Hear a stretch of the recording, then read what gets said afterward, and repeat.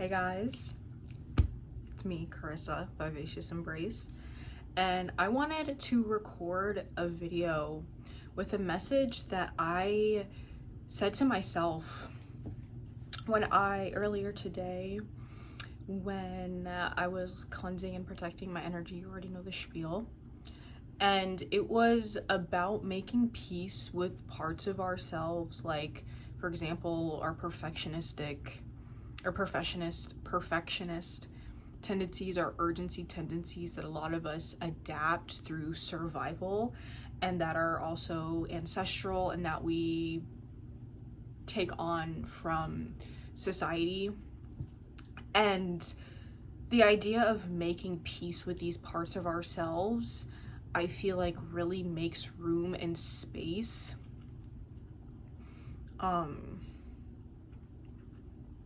for further self-love and acceptance. Because a lot of the time when we, in like the spiritual healing community, there's a lot of rhetoric around, healing. Obviously, it's important that we heal, because perfectionism and urgency is not the natural state of who we are. It's who we had to become in order to survive dysfunction and to survive conditional, inconsistent, scarce love. And so we still hold on to these parts and these versions of ourselves is in our adulthood. And when you bring those subconscious aspects and those subconscious parts of you to your consciousness, and you choose to make peace with those parts of you, not to exile them, not to get rid of them, but to realize that they are protective parts of you that is creating this urgency, creating this perfectionism, because you still feel like you need to uphold these versions of you. You still feel like you need to be loyal to these parts of you in order to maintain your worthiness and value through the eyes and the lens of somebody else, to try to earn that through being the specific version of you, by being perfect, by always going and going and going, and not really giving your time to rest, not really allowing yourself to just be, and feeling like you need to do everything perfectly, execute everything perfectly, not make any mistakes. And the inevitable part of being new at something and making mistakes and just simply being human is going to come with not being perfect, and it's going to come with learning to take your time. And obviously this isn't just about urgency and perfectionism, but like I said, I think it's important that we learn to make peace with these parts of ourselves, because trying to get rid of these parts of ourselves is kind of, I feel like, taking away from the fact that these parts of us may never actually truly go away. We can learn to accept them. We can learn to recognize when those parts of us come up. But like I said, we learn these as protective mechanisms.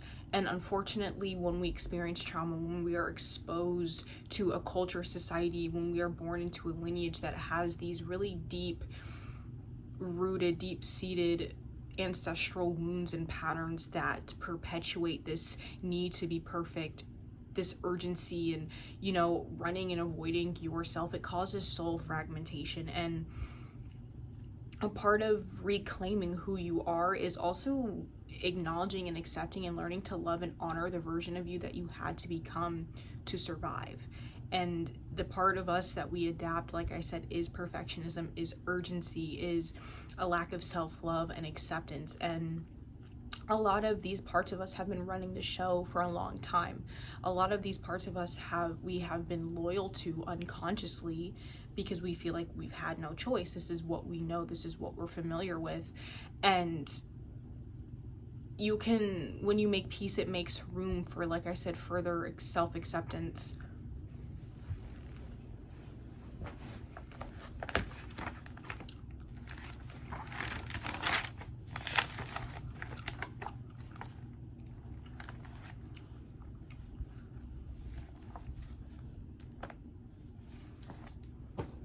But also, you start to take responsibility for your well-being in a way where you let go of giving so much authority to these parts of yourself. you don't have to reject perfectionism and urgency and have it another thing or another way that you relate to yourself through self-rejection and self-hatred and feeling like you need to fix yourself or change yourself. That's not the point. Perfectionism and urgency isn't malicious. It's not there to hurt you. It's there to help you survive. And when you relate to these parts of you that you further feel like you need to disown or that you need to reject, or you're still operating from deep layers of shame that you haven't really tapped into yet, or that you haven't allowed yourself to digest yet, or just even consuming so much spiritual healing content and you learn so many different things from so many different people, you know, you have to heal this, you have to let go of this, you need to fix this, you need to do all of these, like, it's not about fixing, it's not about getting rid of, it's just learning to accept who you've become, taking accountability and no longer letting these things have authority over your life, you taking back authority and you accepting that, yeah, I do have perfectionist tendencies, I do feel this urgency in my body, and that's okay.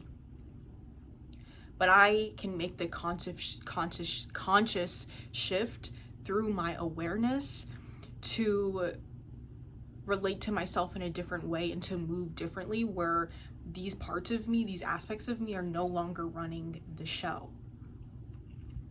Because that urgency and that perfectionism is going to come up time and time again, especially if you are just now, I look beautiful, I'm not gonna lie to you. They are going to come up over and over again, you know, and I personally have not reached the point in my life where I'm completely dissolved of it. If you have, period, good for you. Let us know some tips. Like, I would definitely like to learn from you. But these parts of us that have urgency and are perfectionists, or just any other part of you that you can think of that, you know, any habit, any mindset, any just way of being where you do not allow yourself to be, where you just don't feel safe in your body, where you attach a sense of safety and security through perfectionism, through control, through urgency. The emotional charge that we feel within these traits, within this urgency and this perfectionism, lessens when you actually face it head on instead of trying to fix it and trying to correct these parts of yourself. Healing is not inherently rooted in correcting yourself. It's rooted in coming back to who you are. Coming back to who you are before the perfectionism. And that's not to say that the perfectionism is going to completely dissolve once and for all once you fully address it. But that urgency, or the emotional charge to feeling like you need to be perfect through being perfect, or the emotional charge lessens when you address or accept the fact that you feel like you need to be perfect, and you learn to accept yourself even with that tendency, even when you're just being and existing as you are, because it's about teaching yourself something new and learning something different. And a part of that is not jumping so quick to try to do what these parts of you are feeling guided to, and that includes the shame part of you that feels like you need to self-improve yourself out of being who you are. And I know that this is something that I'm also learning, because perfectionism comes up for me a lot. You know, there's this underlying like shame and fear that I feel when I don't do things perfectly, if I don't say the perfect thing, if I'm not healing the perfect way, or just literally any avenue and facet of my life where perfectionism can come up. I sense it, I notice it, I notice it in, especially when it comes to learning new things. And you have to realize that, especially when you're on a healing journey, you are literally teaching yourself something new and reparenting yourself, and you are the pave maker for modeling yourself something that you have never really been modeled in a healthy way before, which can be unconditional love and acceptance, which can be boundaries and healthy communication and healthy relationships. And so when we have shame and perfectionism and urgency, it can be really easy to bypass and not give ourselves compassion and grace, because we feel like we should be further along. We feel like we should have this better by now. We feel like, you know, because I'm aware of it, I should be better. And it's very shame-based. It's very much not really realizing that you are a fucking human being who has been through some shit, who has been traumatized by your fucking trauma, and you are learning something new, and you are ultimately learning how to feel safe in your own body again, and how to learn what you need, to value and prioritize what you need, and to prioritize the importance of your needs, your wants, your desires, how you want to live your life. Especially for so long, you really didn't have authority. You really were not allowed to set boundaries. You set boundaries and there was pushback, and that was unsafe, and you were disconnected and abandoned and rejected, all of these things, right? And we can really perpetuate that cycle and that behavior and that relationship that was modeled to us through our caregivers, through our parents, and reflect that back to us. And a part of reparenting yourself is learning to be patient with yourself and give yourself passion, which I feel like some people will quite literally miss, which is something that I have missed. But I ultimately learned that that is one of the things that I value the most within my relationships, is compassion and is patience and is gentleness. And you know, I do want that from other people, but most importantly, I needed to recognize that I need to learn to give that to myself first. It is so important that we learn and recognize how to give, and know that we are inherently worthy of gentleness, especially if that's something that we crave, that our heart and soul craves. That means that is something that we need to feel safe and to feel secure, and building that inner safety, teaching your brain, your nervous system that, hey, I know how to soothe myself. I know how to feel safe within my relationship with myself, is ultimately end game so fucking important. But yeah, learn to just make peace with the parts of you, past versions of you, parts of you that are still acting from like a wounded place, that are still have this urgency and this need to be perfect, because it's simply a part of you that is just trying to protect you. And I think having that perspective shift can really open us up to having more compassion and grace for ourselves. And like I said, making peace with those parts of you is just accepting that this is just a part of where you're at. This is a part of who you became from what has been modeled to you in your family, passed down ancestrally, in society especially. Because not everybody goes through really intense big T, little t trauma. Some people grow up in really healthy family dynamics but still have wounds, because that's just part of the culture that we live in. We live in a culture that has fucking beauty standards, and we live under a hierarchical colonialist system. It's inevitable, you know, and it's not your fault. Like I said, learning to make peace with things that your nervous system